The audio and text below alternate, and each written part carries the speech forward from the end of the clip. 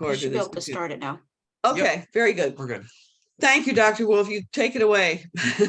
Thank you so much. Thanks for having me here. I'm going to I get very distracted by myself, especially since most of you don't have your screens on. So I'm going to hide my self view so I'm not distracted by my own face. I'm really happy to be here with you. I'm especially happy that Karen White is here because we have never met, but I think this book would not exist in the form that it does without Karen White and the work that she and other people at the Afro-American Historical Association have done. I'll explain why that is in a few minutes. So it's nice to meet you, your face on the Zoom screen, Karen White. It's also kind of strange to be in San Francisco talking to you about a place that I last was in, I think 20 years ago, when many of you visit or walk through this space frequently. Is everybody on the call in Fauquier County now? Just curious. Give me the little I don't know because we only have everyone's email address, so yeah. I can't say. Yeah, Marcia is. I got a little hands up for Fauquier County. So the places where this story takes place are more familiar to you than to me. But I'm going to show you some pictures of them anyway. The book, as Laura said, takes place mostly in Warrenton. And what I'd like to do is read the first couple pages of it first, and then kind of give you a sort of backstage tour of how I put the book together, how it came about. And along the way, I'll be sharing the main story of the book and a couple of the documents I used to construct it. I figure there must be at least a couple other history nerds here who will be very excited to see some documents. And I just want to share with you how available these are now for those who want to go looking in them. The documents that are available in Virginia now that are online are really fantastic, and they have a lot of secrets to reveal. So let me read from the first couple pages, and I'll show you the cover again as I do this.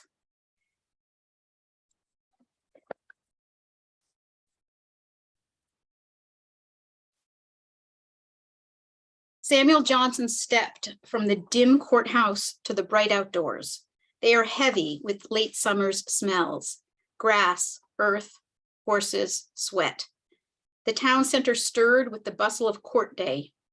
Men and women from miles around had come to Warrenton, the Fauquier County seat, to take care of business, to meet, to gossip. Several trials had already been held that day, and some of the participants had gathered in Norris's Tavern behind the courthouse. Johnson knew Norris's Tavern and many of the people inside it quite well, since he had worked there as a slave for more than a decade. Now he was a free man. He had just watched as the county justices ordered that the deed ensuring Johnson's liberty be officially recorded. So before he returned to the tavern to work, Johnson stood a moment to take in the scene, to see whether he felt different and whether the world had different colors now that he was liberated. He breathed in deeply, closing his eyes, held the breath a moment, and exhaled slowly. Then he opened his eyes and walked toward the tavern. Or maybe not. Because, like most people who were born enslaved in Virginia, Samuel Johnson could not write. He left no private records of his life, no diaries, letters, or financial account books. We cannot be sure of how he felt about his liberty, or what he saw or smelled, or even whether he attended the proceedings at the courthouse on August 25th, 1812, when the deed of manumission that his owner had written 3 weeks before was filed with the clerk.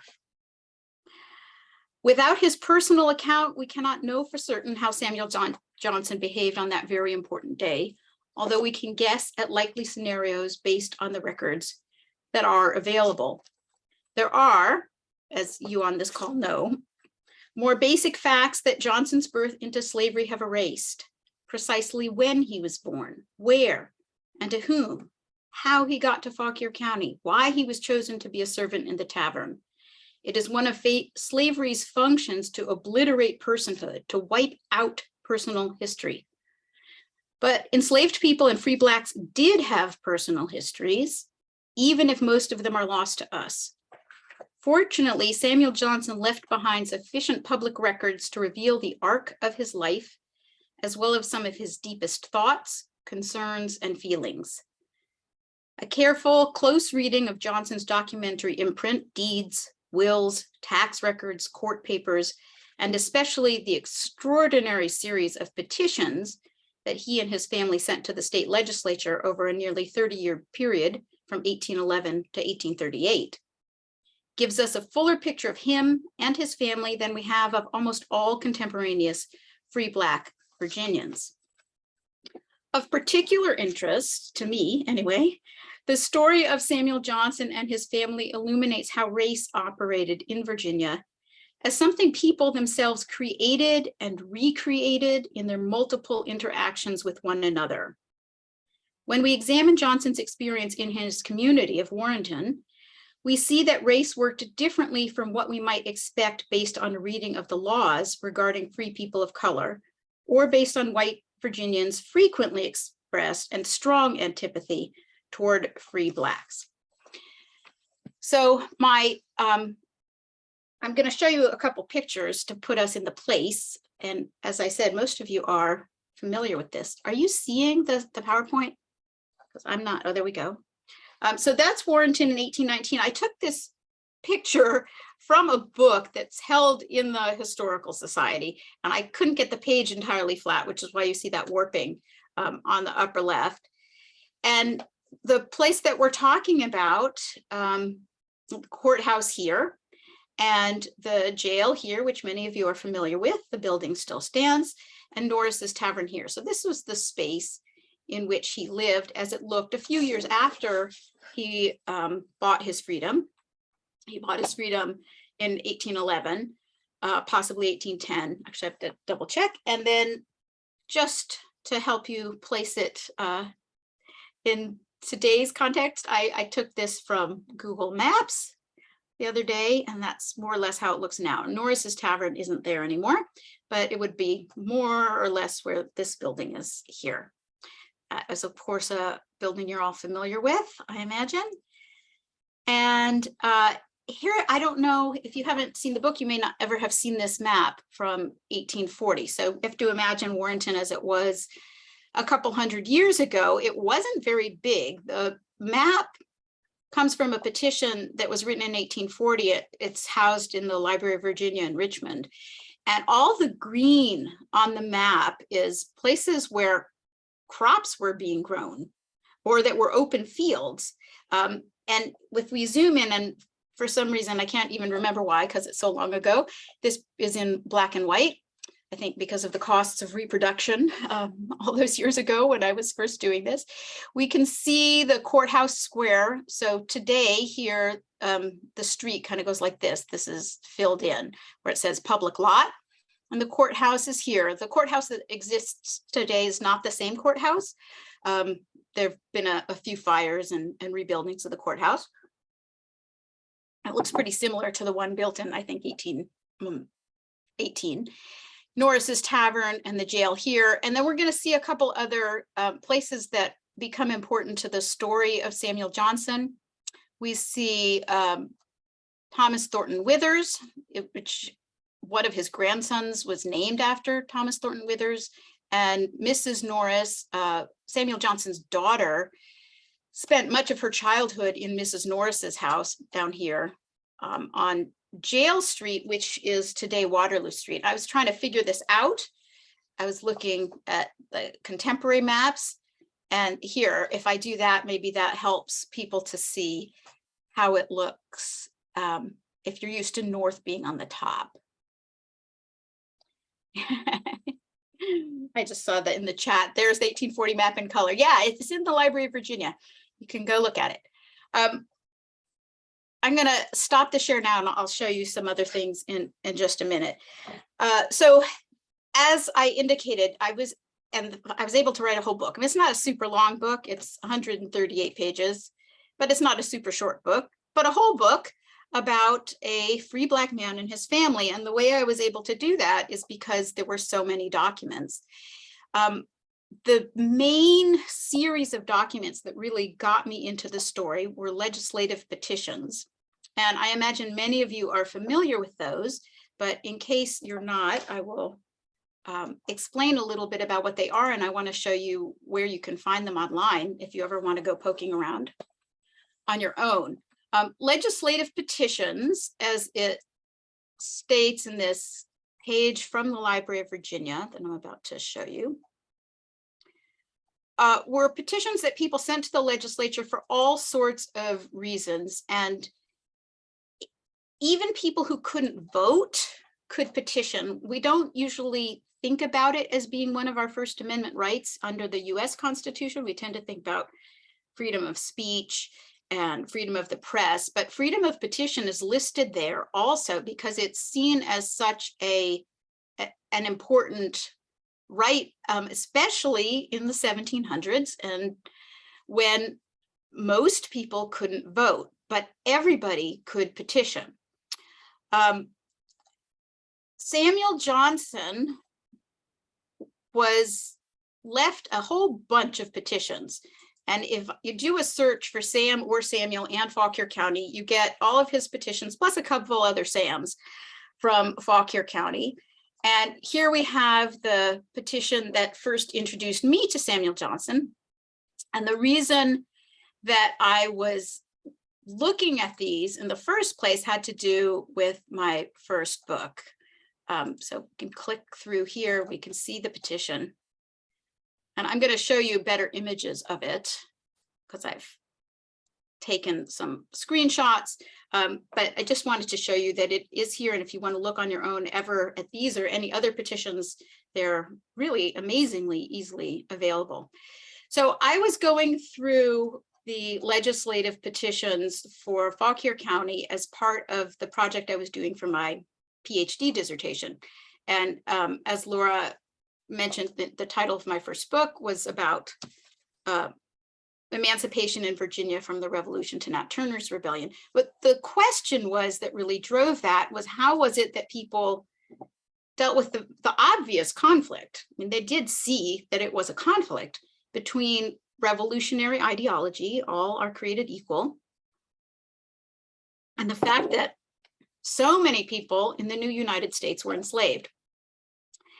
And I ended up zeroing in on Virginia to try to answer this question. And I ended up zeroing in further on documents that I thought would give me a sense of what more ordinary people thought about that question. I wasn't really interested in rereading what Thomas Jefferson had written. Certainly he had a lot to say and it was important, but I wanted to know how sort of more ordinary folks dealt with this conflict. So I was looking through county level records. I had chosen 8 counties that I thought would be kind of representative of Virginia. The most excellent archivists at the Library of Virginia had clued me into legislative petitions, and I was dutifully going through them. Fauquier County was one of the counties I had chosen. And if I were doing this now, I might have just gone to that database that I showed you and put in some keywords. I hope I would be patient enough to just browse and smart enough to just browse, because you find all sorts of things when you're browsing.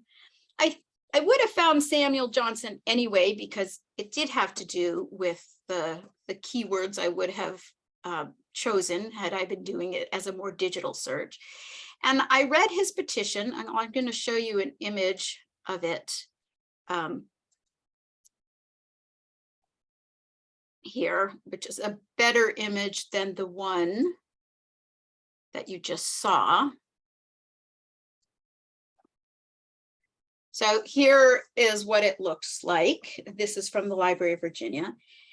And it wasn't that unusual in that by the time I got to it, I had seen similar petitions from people of color who had become free, who had formerly been enslaved, and who wanted to be able to remain in Virginia. And the reason they had to ask for permission to remain in Virginia after being freed was because it was after 1806. So in 1782, the Virginia legislature, partly as a result of pressure from Quakers, passed a law saying that individual slave owners could free slaves by deed or by will if those who were being freed were between the ages of 18 and 25. And it opened up a possibility for many people to find freedom, both because some people who held slaves thought that it was wrong and they wanted to liberate them, especially people who were Quakers or who were Methodists. And because some people who owned slaves wanted to reward a couple of favorite people. And because those who were enslaved began to find ways to accumulate money in order to purchase themselves out of slavery. And Samuel Johnson was one of those. The law changed in 1806. And after that time, if you were freed after that time, if you'd been freed before, if you were freed in 1805, it was fine. But if you were freed in the latter half of 1806 or afterwards, the new law said you could only stay in Virginia for 1 year, which is, cruel if people have ties, which almost everybody did, to the place where they had grown up and lived. And so Samuel Johnson was petitioning for a special exception to this 1806 law. And a number of free Black people in Virginia did this. It's not that unusual. But Samuel Johnson's case struck me as especially impressive and strong when compared to ones I'd already looked at, because in addition to this document, which he did not write, it was written by somebody else, it's not even signed with an X by him, which is interesting. And that's a screenshot from the website I was showing you earlier. That's why it's a different color. The other is an actual photo of the petition. So this shows that it was referred to the courts of justice. So Sam's petition, Fauquier, referred to courts of justice, and it's found reasonable, so reason there, and then it says bill drawn. So the reason that it got that far, that a bill was actually drawn, a law, was partly because of all of the names added to it, saying we think this guy is diligent, sober, accommodating, faithful, and honest. But again, that wasn't so unusual. I'd seen things like that before. People who were petitioning to remain in Virginia in spite of the 1806 restrictions were often quite savvy about making a strong case and lining up allies who could help them, white allies who could help them. But in addition, there's this letter from Jonathan Scott saying to William Poindexter, who was in the state Senate, would you please make sure that this bill actually makes it through the legislature? So he had friends who could walk the bill through the state legislature and make sure it was actually put into law. And that was really unusual. And then we have a letter here, a note here from his former owner, Edward Diggs, also vouching for his goodness. So that was intriguing, but not completely out of the ordinary compared to what I'd seen before. What made the story tellable as a story is that Johnson kept petitioning. So his 1811 petition succeeded. He was granted permission to remain in Virginia. He bought his family, his wife, Patty, his 2 children, Sam Jr., and Lucy. And then in 1815, he petitioned again. And that was interesting to me. I hadn't seen that before, but somebody coming back to the legislature again. And he said, you let me become free, and I would like now to be able to, to remain in Virginia, and I would like now to be able to free my family and have them be able to remain in Virginia as well. then there was a third petition in 1820 when the 1815 petition didn't succeed. And then there was a fourth petition in 1822. There were petitions again in 1823, 1824, 1826, 1828, 1835, 1837. And then a petition from Lucy, now as an adult, petitioning for divorce in 1838.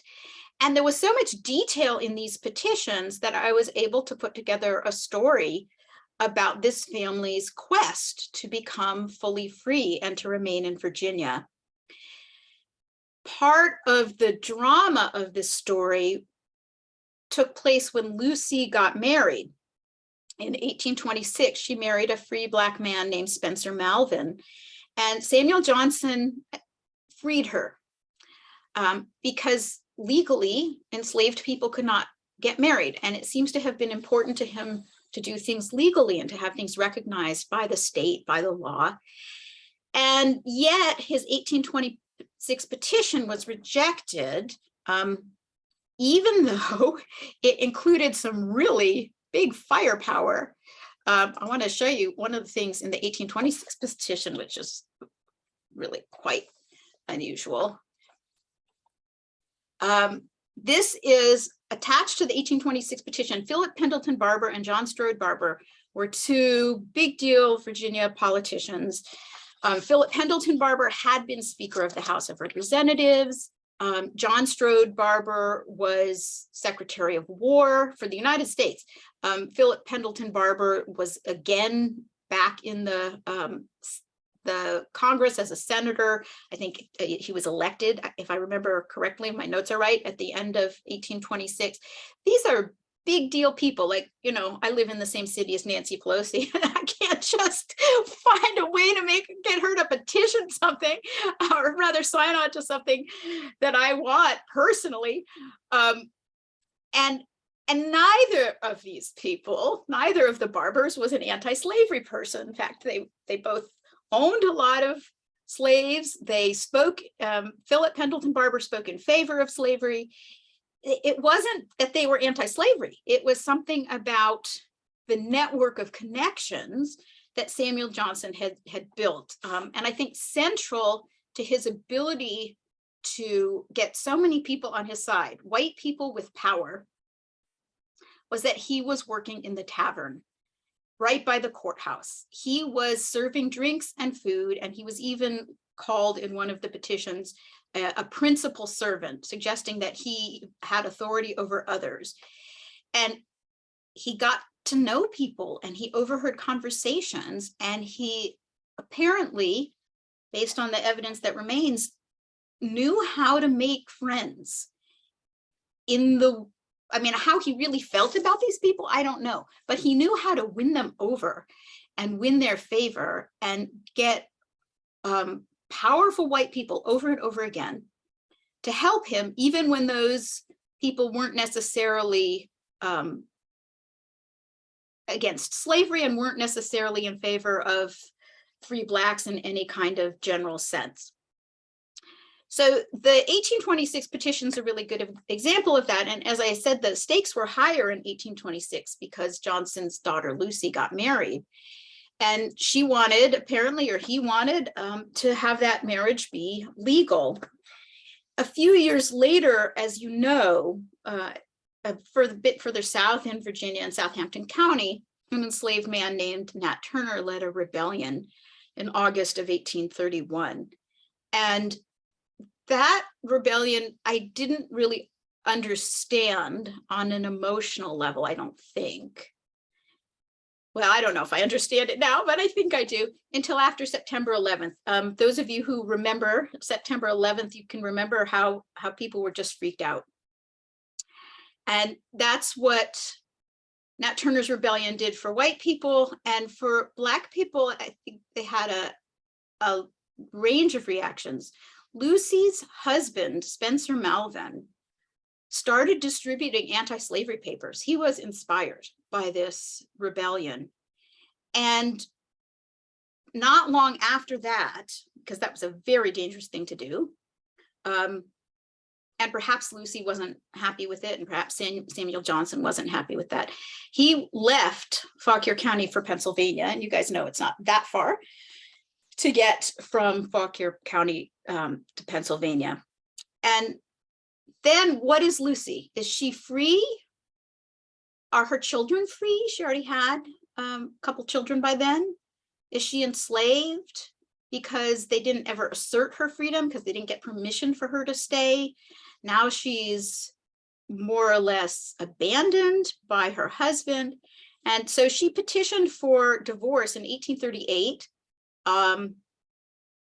partly, I think, to signal to the community that she was in the right, that she had been abandoned, and she wanted to clear the way for her to remarry. That remarriage was not the same kind of legal marriage as her first marriage. It was to a man named Sandy Elkins, who was at the time enslaved. He purchased his freedom in 1853. And then a number of years after I did the original research, I was able to use the ancestry.com databases and find the Sandy Elkins and Lucy Malvin Elkins, Johnson Malvin Elkins family in Washington, D.C., which is where they ended up. Johnson died in 1842. His wife, Hattie, never became free. She lived her whole life enslaved, even though she was enslaved technically, legally, to her husband. So she lived as a free person, but legally she never was. The son, Sam, disappears from the records in the 1820s. He seems to have died. And so in the end, to me, it's a kind of ambivalent story. On the one hand, it's a great success story of a man who found a way in a very restrictive society to make a life. He, in his 1820 petition, he indicated how much property he had to show that he could support this family and that they wouldn't be a burden on the community. And there's a document that assesses the property that he owned in 1820 as being worth $3,600, which is just a huge amount of money. I mean, even if it's wrong by 10 times, it would make him really very financially stable and secure. That's a great achievement. And on the other hand, he didn't get what he wanted, which was for his entire family to have the legal right to stay in Virginia as free people. So for me, and there are a lot of other details. Well, before I get to the last thing I'm going to say, I wanted to say that a number of the details in the book, supporting characters, things about about Spencer Malvin, other cases of people whose lives violate our expectations, people who, white and Black couples living together very much against the law of Virginia. I was able to get to those stories. I was able to find out a significant amount about Sandy Elkins, Lucy's second husband, because of the work that was done by people at the Afro-American Historical Association, who had gone through all of these court papers and indexed them so that I could look up names that I knew about from the petitions and from other records, and then find additional sources. So I want to thank Karen White and everybody at the Afro-American Historical Association, because the documents I was able to get through their efforts really, I think, helped enrich the story. And where I ended up in my own assessment of what this story means was this, and I'm reading from the end now. This was the limit that Samuel Johnson's experience demarcated. Black men in antebellum Virginia could become legally free, but they could not live freely. They could build friendships with white people and they could become important to their communities, but they were barred from claiming a place for themselves as men. They could not vote or participate in public life. And most important, they could not protect and provide for their families as white men could. Samuel Johnson pushed against the limits set by law and society, but in the end, he could only nudge them a bit. He could not break them down. His life on the margin and pushing against the margin undercut some of white Virginia's assumptions about race and social place. And his story challenges some of our assumptions about how race worked in antebellum Virginia. But the greater point is that race worked. It took repeated effort, but in ways that mattered deeply. Race did effectively divide white from Black from birth to death. Well, I will end there, and I'm very happy to discuss with you, to take any questions that you might have.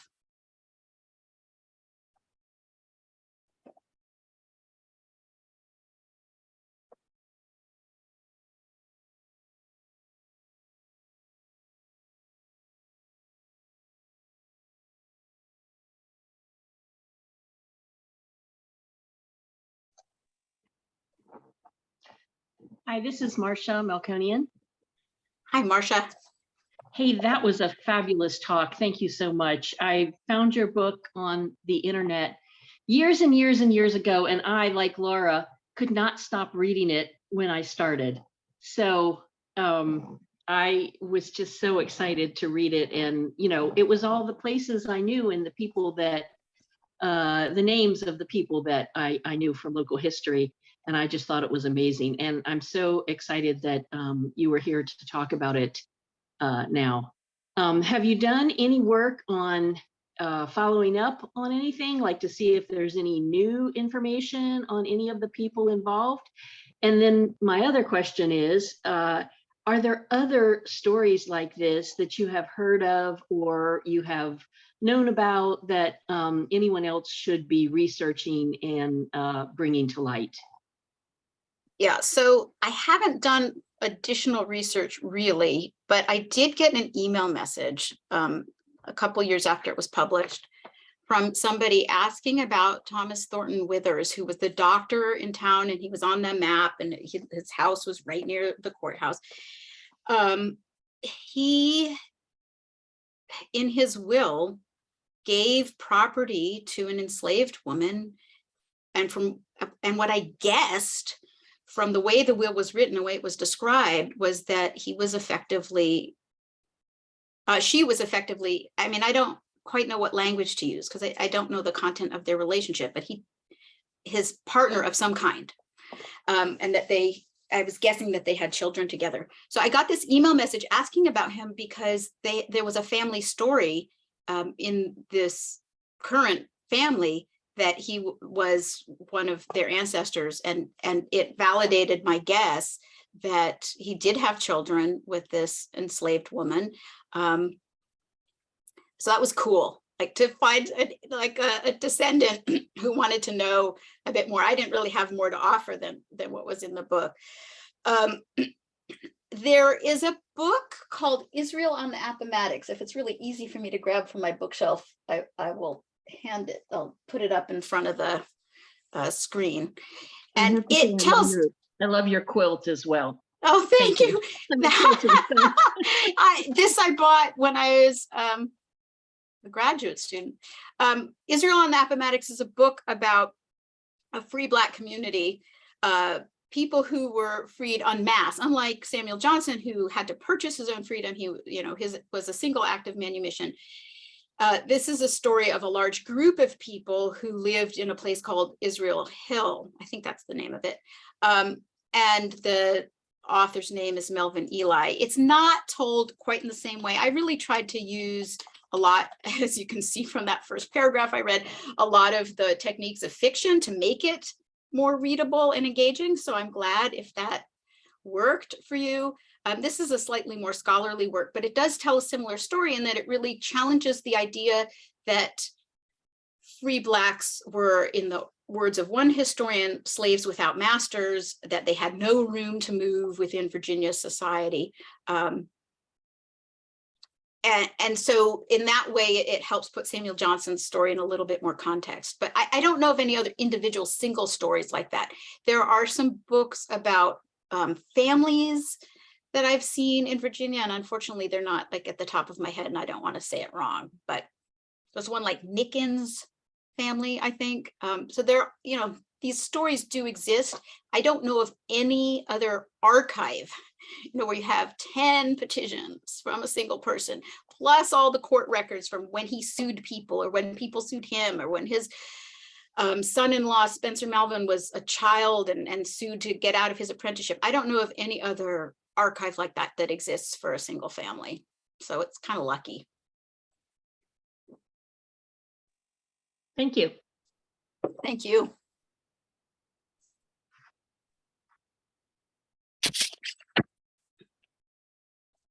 Hello, MD. Hi, I have a question. I thought I would show my face if I had a question. Excellent. Thank you. Thank you. I've enjoyed your talk very much, and I'm looking forward to reading your book. Oh, thank you. I wanted to know, does the historical library in the state have statistics on how often Black slaves were freed successfully through petitions? I guess there are a couple different ways to answer that question. So Samuel Johnson didn't need the petition to become free. He needed it to remain in Virginia. So he was able to become free through a deed. And that was actually some of the work I did for my dissertation and first book, was just try to count up how many people did become free. And this includes those who were freed by their owners in like large numbers and those who freed themselves. So the number I'm going to give you puts all of those people together. But the number is, I think, around 10,000 people, which is a lot. And I should, you know, we can double check the census, but I think that by 1800, there are already 30,000 free Black people in Virginia. So it's a much larger number than most people would guess. And then as to the success of petitioning, I did a little study, and I haven't seen anybody else do this, but this is just based on my effort to kind of get some sense of how successful were these petitions. Mm-hmm.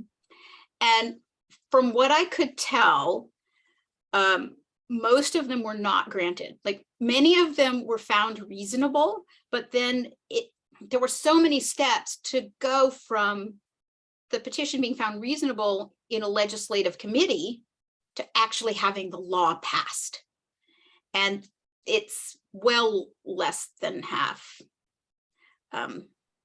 So petitioning, and for Samuel Johnson, only one of his petitions out of 10, right, was actually successful in getting him what he wanted. So basically, they always had to have some kind of advocate, because I would imagine it was daunting to even attempt something like this without a lot of advocates like Johnson had. Right, and then even when they did have advocates, that wasn't necessarily enough. Yeah. Samuel Johnson's 1826 petition failed, even with these very powerful white men signing on to it. Then a lot of people didn't petition. They were freed after 1806, either for whatever reason, often because they purchased their own liberty, and they just stayed in Virginia. And every now and then, a local official would decide to try to round up people and sell them back into slavery, which is actually what the law provided for. That was rare, but it did happen. So, it was a risky proposition. Right. Just as an aside, I mean, it does speak to your question. Do you know this show? Laura mentioned it when she was introducing me. Who Do You Think You Are? It's this genealogy show. So the one that I participated in was for Blair Underwood. And it turned out that he had free Black ancestors in Lynchburg, Virginia, and he didn't know about it. And then in the most recent episode, the most recent series or season, Billy Porter found out that he also had free Black ancestors in Lynchburg, Virginia. And I think in both cases, those people were freed after 1806. And I don't think there's any evidence of their petitioning to remain. They just did. Yeah. Very interesting. Well, thank you. Thank very you. much. Thanks for your question. Mary Beverly K asked whether I found any other descendants. So I spent, it was, yeah, like the amount of time I spent trying to find descendants was extraordinary compared to the to what I actually was able to achieve. But I was able to trace people down, and it's in the epilogue of the book, to some descendants called, whose last name was Elkins.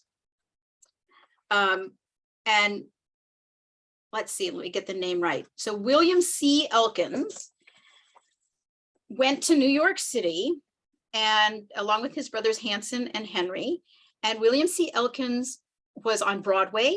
So this would have been Johnson's great grandson.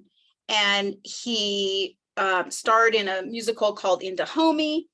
And he also was part of a musical group, which is called the Elkins Payne Jubilee Singers. I actually have a CD. So you can hear a descendant's voice. And if you do a Google search, you might be able to get some of this online. And this was a tradition of Black people singing mostly for a white audience. It's kind of a precursor to gospel. A lot of it is religious music. And that, it's a part of American musical tradition, but it really struck me that it's not so different from Samuel Johnson in that they were speaking to a white audience. Like something in that family that got passed down. I was able to get to a Ulysses P. Malvin, who may be alive today, but I couldn't find him.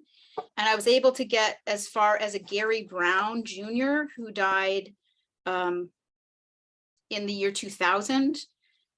So before I was able to find him, he was a juvenile court probation officer. And I just thought that was an interesting connection, that he spent all of this time, he must have spent a lot of time in courthouses. And Samuel Johnson spent his life living next to a courthouse and dealing with people who were lawyers, and then his descendant did too. So I did try, I didn't have as much success as I would have wanted.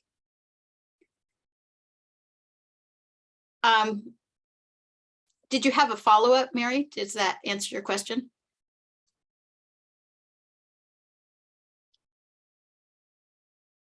I'm going to assume yes. From Wendy, do I know when Lucy died? I know the decade that Lucy died. No, she's now I'm going to have to consult the book. I might have to get back to you. It depends on how patient you are.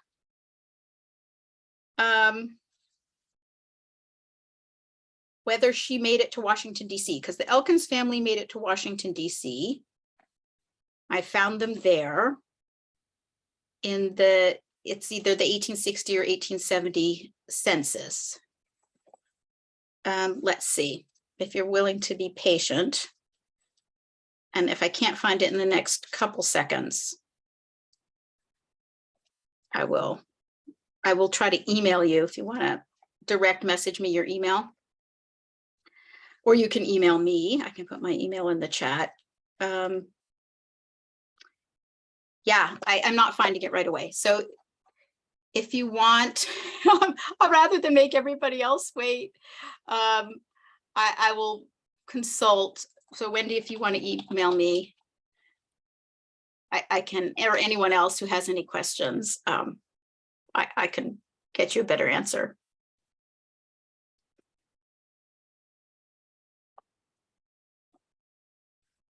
Any other questions? I guess I'm curious, from Wendy, you're familiar with these documents. How was it that you got interested in them?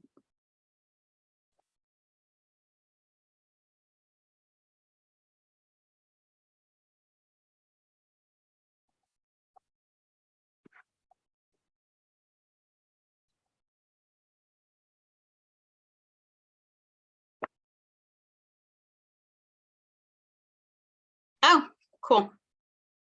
Yeah. Anything else? Anybody else?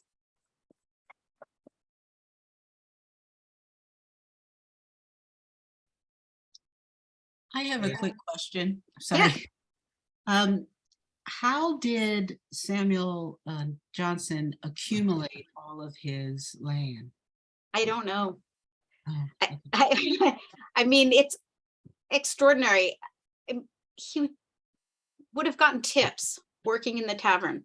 He must have been very, I mean, must have been, that's one of those historians' cheat phrases, very frugal, very good at saving. I mean, I don't know. It's extraordinary. And all of this would have happened after he was a free man? Yes, legally, he would not have been able to purchase property before that. He was freed about a year before the petition, and he seems to have been acting as a free person then. I mean, he was legally free, but he didn't have permission to remain in Virginia. So he may have been able to start then. He may, but it cost him $500 to buy himself. And that took about a decade. So how the heck he ended up with $3,600 worth of property a decade later, I have no idea. That whatever he did, he must have had I don't know. Was there any indication that he was related to his slave owner? Not that I saw. I Mhm. was curious about that, but I didn't see it. On the other hand, he was working in the tavern, and that's a much more privileged position than a lot of enslaved people had.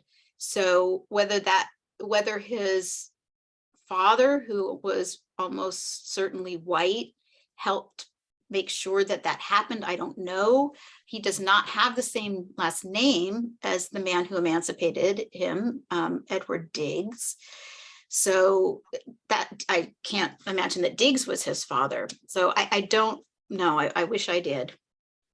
Thank you. Mhm. Yeah, you're welcome. Who owned the tavern? Thaddeus Norris and Edward Diggs owned the tavern. It's called Norris's Tavern, but Diggs was the business partner. And then one of the side stories that you get through the court records, there's so much, of people's life drama that gets put in these records, and often in a kind of flat way. But if you dig, you find it is Thaddeus Norris had a very serious mental illness. He was described as a lunatic. And later it was Anne Norris who was running the tavern. Anne Norris she talks about raising Lucy in her own house. It's not quite clear why Lucy was in the Norris house and not in her own father and mother's house. So Thaddeus Norris and his business partner, Edward Diggs, and then Anne Norris owned the tavern.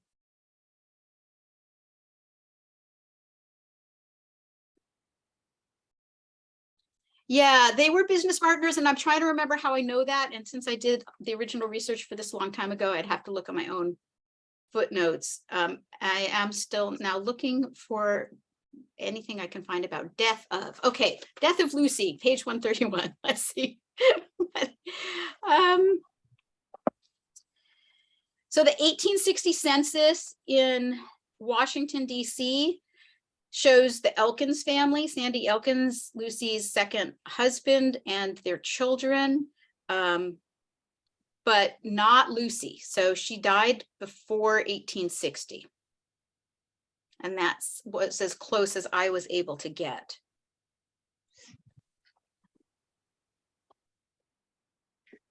So this is Marcia again. This is more for the Warrenton folks. Is the Norris Tavern, is that white house that's right on the street near the jail?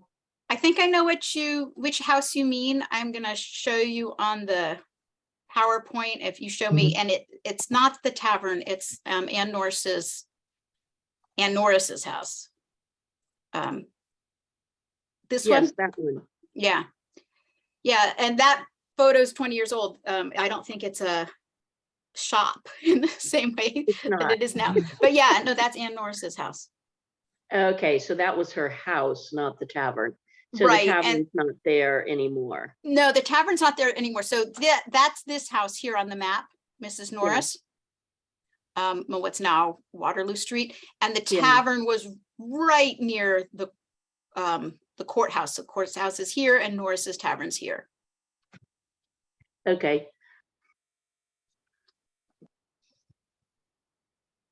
Okay, Thank you. you're very welcome. So Diggs and Norris owned a store also? From Wendy? Wendy knows everything. I do not. No, I just had too much research. No, yeah, they did. Yeah, that was, it was a, I'm so sorry. It was a mutual assurance policy they took out together. It was Oh. a store on the north side of Main Street. Mhm. Not sure where exactly. And that was as early as 1818. Mhm. So if they were business partners in the store, that would make so much sense that they went into business. Daddy's Norris had a tavern, an earlier tavern on Main Street. And then he buys the land and he builds the second tavern. Mhm. I wonder, and if they've gone to business together, if they were in the business together in the store, they're going to be in the business together at the tavern. That all makes sense now. Yeah, and the tavern was first, and what I can't remember is whether they were business partners at the time of the tavern or not. Hmm. And I would have to search through my footnotes and to figure that out.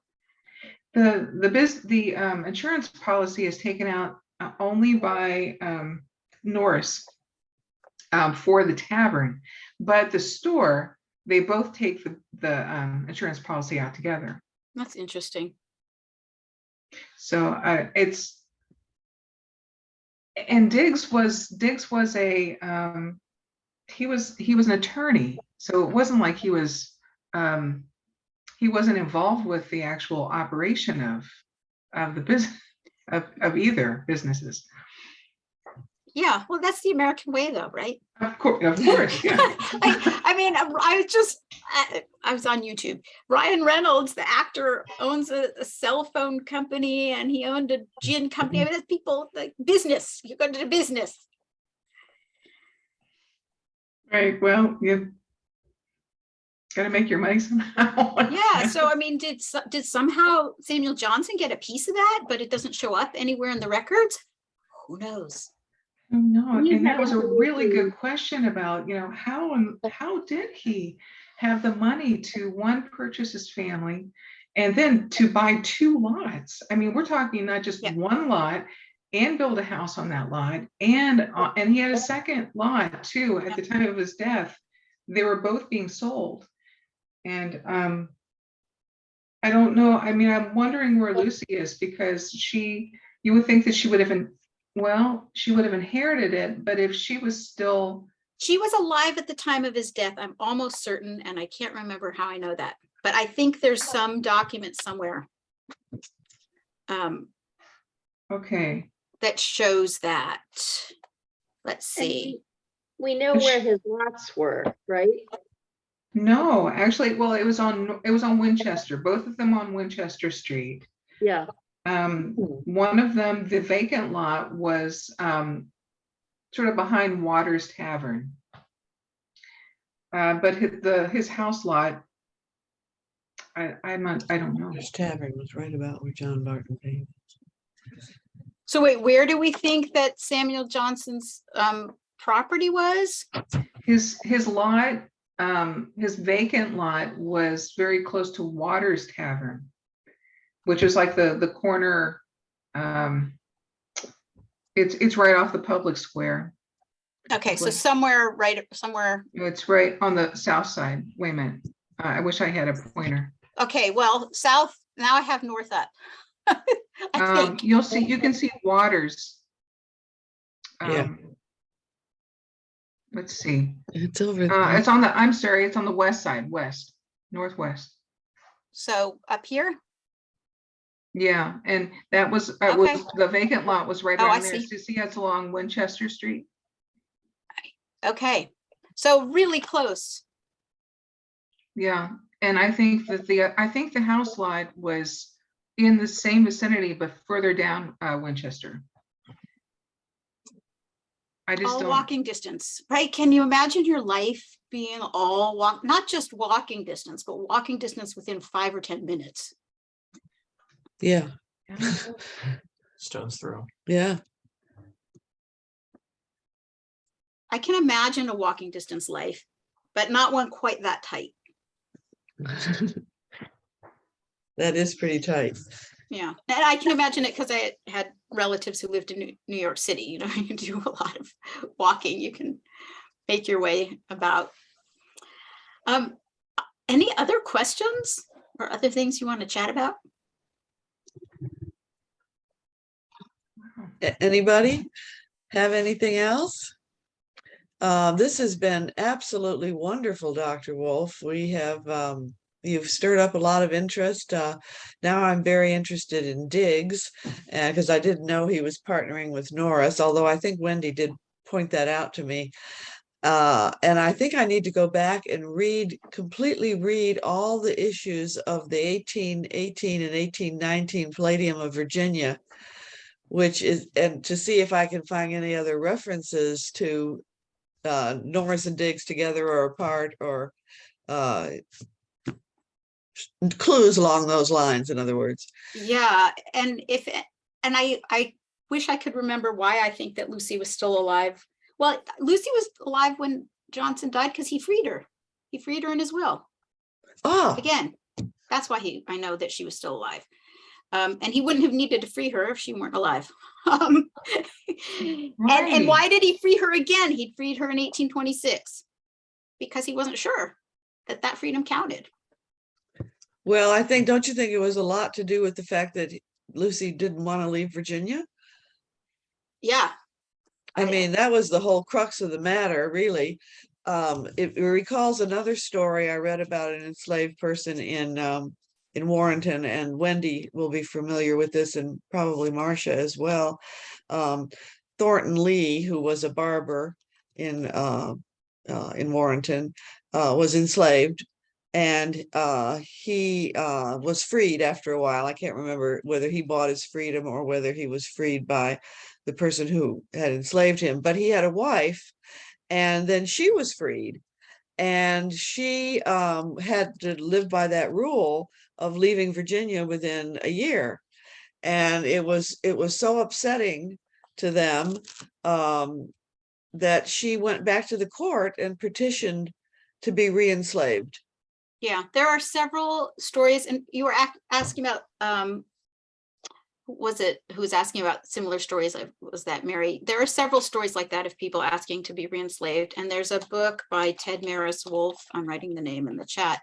I can't remember the title of the book at the moment, but he's collected a number of these stories. I mean, that's slavery was awful, but for some people, the separation from family was even worse.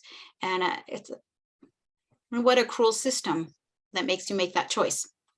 Yeah, those are very, very interesting stories, and very, very revealing about the times that we have a hard time imagining. Yeah. Yeah. Well, does anybody else have anything else? Because this has been wonderful, Dr. Wolf. We cannot thank you enough. And if anybody who hasn't read the book, I encourage you to do so, because Dr. Wolf has done a wonderful job in portraying the whole scenario. And although it sort of has a sad ending, it's still very compelling reading. And we have her book in the gift shop, right? We do have the book. Yes. Yeah. I see someone else ask about your other book, how we can get a copy of your other book. Oh, right. Yeah, you know, at this point, so this is through Louisiana State University Press. It is not written, and I will warn you, it was written so that I could get tenure. It's written as a scholarly book. I'd like to think it's relatively well written, but it's not in the same kind of narrative style. But it does have a lot of information in it about people freeing themselves and about the debate over over freedom. And you'll see Samuel Johnson in it. He doesn't play quite the starring role, but he is in there. And then I saw another question in the chat earlier about, are you working on anything else? Slowly, I am. I've gone north and I'm interested in the origins of free labor ideology. So the idea that free labor, as opposed to enslaved labor, makes you manly and noble and all these things. It was a really important part of Northern political and Republican Party political ideology in the 1850s, but I'm trying to trace it back earlier into the 18th century and figure out sort of how it got put together, because I think it got put together very much in opposition to the idea of slavery, so that it was also constructed as white, like free labor means white labor. And I'm interested in that because I just don't understand Americans' obsession with hard work and bragging about how late you stayed up working. Like, obviously I had to work hard to get my PhD and write these books, but there's, you know what I'm talking about, the American obsession with working hard. Yeah, Just a Yeah. good Isn't that thing. the whole thing with quiet quitting right now? Yeah. Yeah. Yeah. Right. Yes. Hey, what was that other name that you mentioned? You said you were going to put it in the chat, but I didn't see it. Ted Maris Wolf. Thank you. Do you see it in the chat? Yeah, it's in there. Oh, it's a direct message. I did it to, I'm sorry, it was a direct message. I wrote the wrong thing. So Okay. here are 3 things that I put in the chat that I thought were going to everybody. This is my email address. This is the guy who wrote this book on people who actually chose to be re-enslaved rather than be separated from their families. And the Race and Liberty in the New Nation is on Amazon, or if you go to Louisiana State University Press, you can get it from them directly. And then the other thing I put in the chat that I guess did not go to everybody is the Elkins Payne Jubilee Singers, Go away. which, so you can hear one of Samuel Johnson's descendants, and he sings this high part on this. I could read, there's enough out there about the Elkins Payne Jubilee Singers that you can figure out which part he's singing on which song for at least one of the songs. So Thank you so much. I'm glad I asked that. thank you. Yeah, thank you. Oh, here's Karen White coming back. Great. And she'll be able to see the recording. Oh, good. Thank Yeah. you all very much. Thank you, Dr. Wolf. I know Wendy and I are extremely excited over your 1840 map in color. We have that map, but only in black and white, because that's the only way we could print it out from the Library of Virginia. But you have a slide in color. How did you do that? I paid money to Oh, have them okay. take a photo for me in color. Okay. Okay. Well, good to know, because I knew those fields were going to be green, and that's you know, but it just looks so great in color. Thank you. Great. Yeah, I don't remember how much I paid. It was a long time ago. Yeah. Well, I'll wasn't look into that. Now Yeah. that I know they have it down there, I will look into that. Yeah. Great. Thank you, everyone, for attending, and we urge you to not only visit our site, but to visit the AHA site to see what's coming up for them as well. And have a good evening, everyone, and thank you so much. And since Karen's here now, I just want to Oh, say yeah. directly, thank you to the AAHA and all the work that people did there, without which the book would be much, much flatter, because all of that indexing was so important. So thanks to all the local historians. Okay. Well, good night, everyone. Bye. Bye-bye. Okay.